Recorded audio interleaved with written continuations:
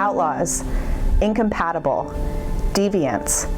These are just some of the words used to describe queer and trans people in this political time of enforced law and order. We are reprimanded for breaking norms, punished for transgressing public spaces such as schools, bathrooms, and places of worship. We are accused of violating the laws of the church. And yet our faith tradition tells us of a different kind of law.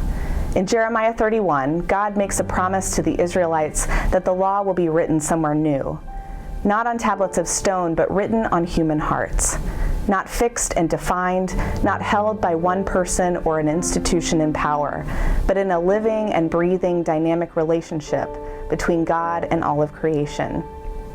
This promise for the Israelites is also an invitation for us as we wrestle with our own divisive political and religious systems that name some of us as oppositional, illegal, or incompatible with God's vision for creation. Yet where external laws aim to drive us out and away from each other, God's law draws us inward to where the Spirit is already at work, writing the law of radical love on our hearts. This season of Lent is an invitation to searching our hearts for the law of God. It is an invitation for inward personal holiness, seeking out the spiritual resources of love, compassion, and justice.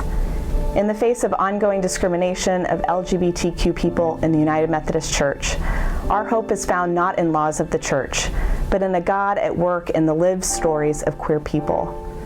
In a time of law and order against the most marginalized across society, Lent calls us to pursue the just and compassionate way of God, not written on stone, but in our hearts. Blessings on your journey ahead.